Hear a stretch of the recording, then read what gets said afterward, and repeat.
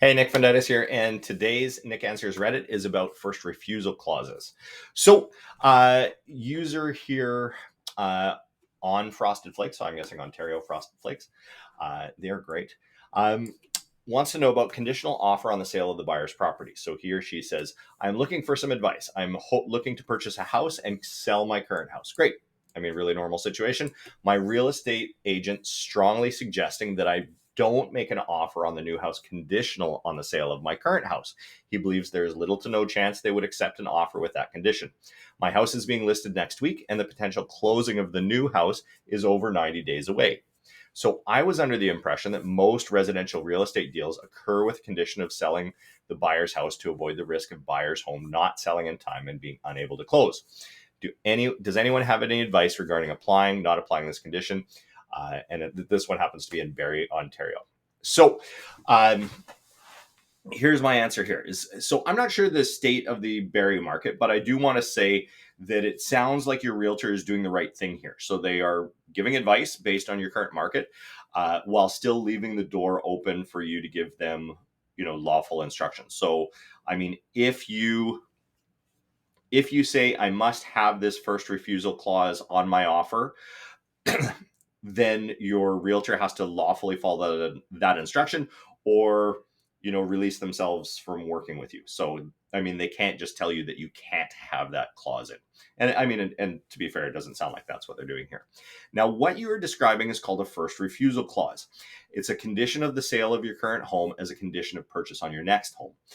So this generally comes with a correlating escape clause to go with it, and that's an escape clause for the seller, and that says that if they get to continue to market the property, and if they receive an acceptable offer before you've sold yours and removed conditions, then you will be given notice of that, and you will have X number of hours, usually 24 or 48, to decide whether or not to remove your conditions and firm up on the purchase, or give up and let the new buyer purchase the home out from under you. Now, on the face, it seems like it's a really attractive clause for a home buyer, and I can see why, if you're making this move where you're kind of moving up for the first time, that it would feel like, well, why isn't this on every purchase? Because it protects the buyer from, potentially owning two houses and ending up in a situation they can't afford to carry two houses. Well, I mean, it sort of answers its own question here. So it provides a safety net for you, so you avoid the possibility of carrying two properties. In practice, it can be a real pitfall for you as a buyer, because home buyers who employ these tend to get mired down making offers with this clause that nobody accepts. Now, here's why sellers don't accept these clauses. And I would say it is now I can only speak for the Ottawa market, but it is rare to get an offer accepted with the first refusal clauses. There are certain situations where it makes sense, but I mean, 99, 98% of the time, no one's taking, you're not getting one of these accepted unless you pay a lot of money extra. So from a seller's point of view, a buyer's offer with a first refusal condition creates uncertainty. So accepting it means that even if another more attractive offer comes along, you as a buyer could still firm up on the deal that you had written, and then the seller can take that more attractive offer. Worse, that first refusal clause has to be disclosed on the MLS, and it makes the property less marketable. So in the meantime, while they're waiting for you to sell their home or to sell your home, their home is still on the market.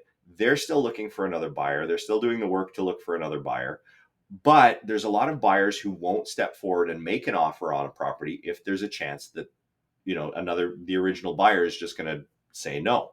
So especially if it's, if they feel that they have options, and in the current market in Ottawa, and I suspect in Barrie as well, buyers are at least feeling like they have some options. It's still probably a seller's or a balanced market. Nowhere in Ontario that I'm aware of has a true buyer's market yet. I mean, someone from a small town maybe can correct me if I'm wrong here, but I mean, in the big centers and even the decent sized towns, it's not there yet. But buyers are going to feel like they have options, and so they're going to avoid places that have first refusal clauses in place. It's also been my experience over the last dozen years or so that many buyers and realtors who use these tend to be inexperienced. And what that means is that they go list their house as they're supposed to do, and they overprice it. Or they say, well, you know what? I'm not in any, there's no time pressure for me. So I'm going to overprice my property and see what the market does. So I'm going to maximize what I get while trying to minimize what I'm purchasing for. I mean, all fair, but what happens is that their home doesn't sell. It's frustrating for everyone. And then you still end up in the same spot where the seller's property isn't sold and the buyer hasn't sold their property. They haven't bought anything and everybody's just kind of annoyed. When I am working with sellers, I will counsel them every day to reject any first refusal clauses that come in. So not reject the offer, but to strike out that clause and counter offer back. Unless, so the market is balanced or a buyer's market, and the buyer has a very sellable property. Now, I have a property downtown that we just received an offer last week that my sellers rejected because it had a first refusal clause in it. And we gathered information about the buyer's property that they're going to sell. Number one, it was kind of a unique property, and I don't mean in a good way. Like, it was a perfectly nice property. They also wanted to price it $200,000 above anything that had sold in their neighborhood. And as soon as we saw that, we said, we don't care how good your offer is. You're insane. Like, I mean, in a polite way, but we're not going, why would a seller accept an offer like that when there's no way that buyer is going to be able to sell their home? Now, we rejected it. The buyer's still interested. They've been communicating with us to say that we've listed our property. Please let us know if there's any other offers. I mean, and if they sell their house, I mean, good luck on them. But if they sell their house, my sellers are absolutely happy to, sell this condo to them. But it's, they're not going to wait around for the buyer to sell their house. We're going to keep marketing it to other people and, find the best offer that's out there. What else do I want to say about that? Now, for a buyer, because this clause adds additional uncertainty into the purchase, the seller is going to make you pay for that. Now, the seller expects to get paid a premium for accepting this kind of risky offer. And in my experience, the amount seems to be anywhere from about 1% to 5% of the purchase price. Now, that can be significant. I mean, if it's 5% of the purchase price on $1 million home, that's $50,000. But I mean, even on a $500,000 home, it's still $25,000 potentially extra that you're paying just to have this clause in place.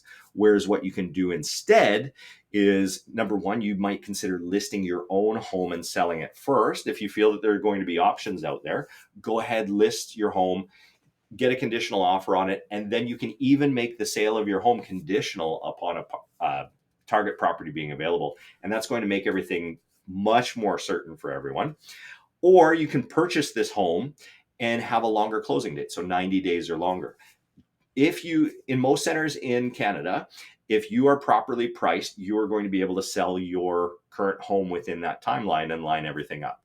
Now, back to what you said at the beginning there, you were under the impression that it's very common to have a first refusal. I just want to say that certainly in Ottawa, I suspect everywhere it's very uncommon to have a first refusal condition accepted. So, I mean, although it seems like it should be common sense, that's not the case. And last thing, there's a commenter in here who's in real estate school. I mean, and I do understand his points, but however, you may be better off taking the advice of realtors who have been realtors for a while. That's all. I shouldn't throw shade on that guy. I mean, he means totally well. But yeah, good luck on your move. I would love to hear what you end up doing and whether it's successful. But I wish you the best. Take care. Bye.